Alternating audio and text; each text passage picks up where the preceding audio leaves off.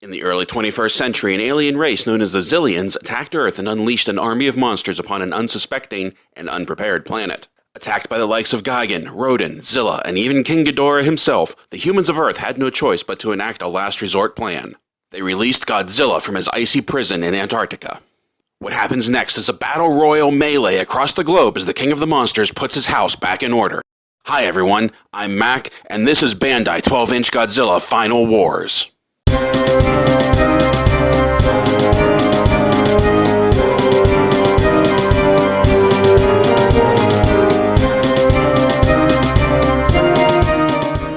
Hello everyone, Mac here, and with Godzilla vs. Kong coming out at the end of the month, I decided it was time to take a look at some of the Bandai figures that have been on my shelf that we haven't had a chance to take a look at yet.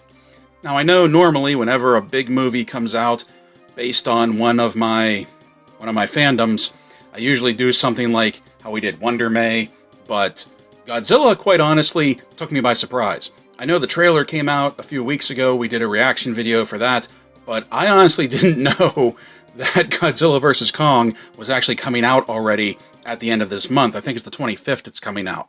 So this kind of caught me by surprise, so I didn't have time to plan too much of anything. But I do have some figures that I've been wanting to take a look at, so now is as good a time as any to do it. And what we have here is something that when I saw it, I loved it, and I grabbed it. There was two of these. There was this one, Godzilla Final Wars, and Mechagodzilla 3, that we'll also take a look at later this month.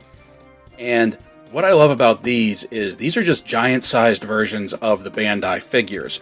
And if you saw the first video I did with the Bandai Godzilla, I really feel like the Bandai vinyls are the superior figure between the Playmates and the Jakks Pacificas and all of the other stuff that's on the shelf right now. And I prefer them over the NECA figures because while I don't have an issue with the NECA figures, there's too much articulation in them that I feel it breaks up the sculpt, and I don't want so much action figures for Godzilla as little statues, which is why I really like these vinyl pieces. Now this one obviously is much bigger than what Bandai normally puts out. You can see the packaging is even just an increased sized version of the packaging that came out with the standard. I think they were 6 or 7 inch vinyl statuettes that we'll be taking a look at. We'll have some more to take a look at this month as well. But this thing is huge. I think he's about 12 inches tall. I don't know what he is from head to tail. We'll find out once we get him out of the packaging. And they only put 2 out. So you can see on the back, whoa, you can see the cross cell. Let me raise this a little bit. You can see Godzilla Final Wars, which is what we have, and we have Mechagodzilla, which we'll also be taking a look at. I found these on the shelf at Target, and if you go to the website, if you go to Target's website, it doesn't have them anymore. It looks like they're out of stock, but all of the Targets around me still have at least 2 of each of these on the shelf. So they came out, I believe it was mid-2020, mid last year, or at least that's when I started finding them. But I believe you can still find them on the shelf at Target near you, if you are interested in them. So, without further ado, let's get Big G out of his box, and we will take a look at Bandai Godzilla Final Wars. Okay, friends, here he is, Godzilla Final Wars out of the box. And before we go any further, I just want to remind you, if you want to know more about Godzilla, about Final Wars, as with the previous Kaiju videos, there will be a link down below, as well as a video link at the end of this video to WikiZilla's video that will tell you more detail, more lore about Godzilla and about the movie Final Wars. Now, let's get to the size of this guy, because I don't know if you can really appreciate on screen, this dude is big. He is chunky, but because he's vinyl, he's also actually very light. So let's take the tape measure out. And we see that to the top of his head, he's actually at about 10.5 inches. So 1.5 inches shy of the actual 12-inch mark. Also, in this pose, from snoot to tail, he is 13.5 inches long.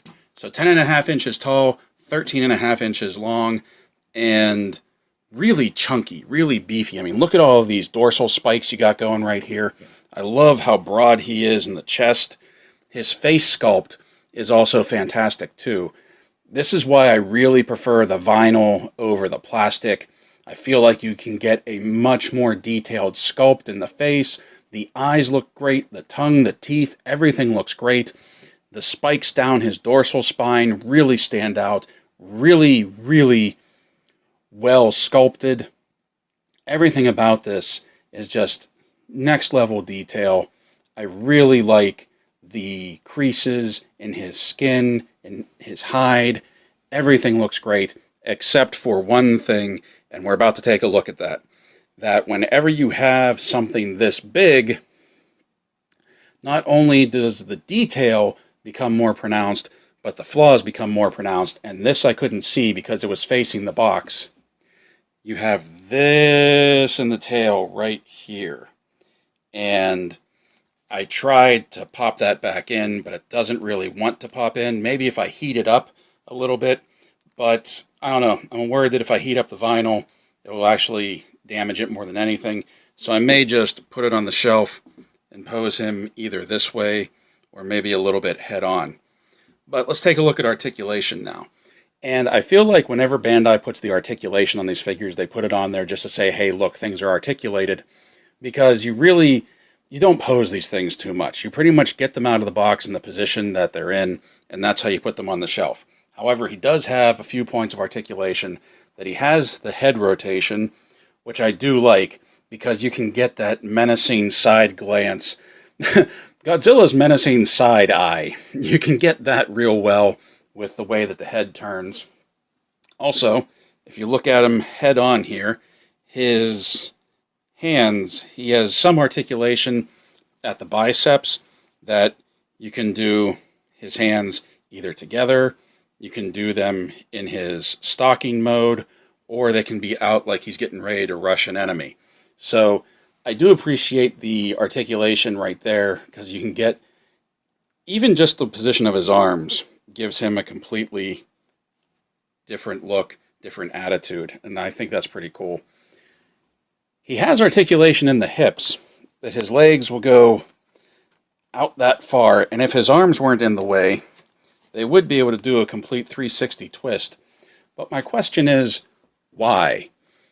Why would you want to move him? On a figure this big, you're pretty much just going to have him in this hunched, standing, stalking position. And then finally, he has 3 points of articulation in the tail, that where you saw that crease, that is 1 point. Right here is a second point. And right here at the tip is the third point. But really, I don't think you would move the tail too much either, because with the way that it's sculpted, the dorsal spines all match up. If you turn it around, take a look here. You can see that the dorsal spines all match up.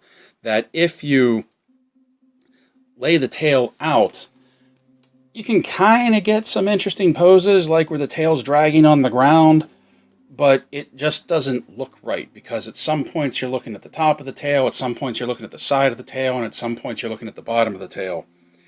And it may give your Godzilla a different look. It may give him a little bit more breadth from nose to tail, but it just doesn't look right. You can see that Godzilla's Final Wars coloring here is more of a black than his typical traditional green. He also has some really great off-white, sort of bone-white coloring around his toes and his claws. It looks really good. Really love the gradient paint job they did on both of those. You can see down on the toes a little bit, though. There is a little bit of paint nicking already taking place, but little flaw like that I can handle. As I said, our Final Wars version of Godzilla right here is made of vinyl rather than plastic. He is much lighter, he is much more detailed, and I just like the vinyl look better for Godzilla than the plastic. I just like the detail of it, I like the aesthetic of it. I prefer this over some of the plastic figures that are out there. Like I said, I don't have anything against NECA. The figures, I think, for Godzilla are really good. They look really good, but I just like having a smoother sculpt like especially in the torso, because NECA has those has the torso points where you can swivel and you can do an ab crunch kind of thing. I just like this nice clean look. So that's what we have, getting ready for Godzilla vs. Kong, the battle of the ages, a tale as old as time. So until that movie comes out, play well, everyone. Stay safe, stay healthy, and as always, thank you for watching.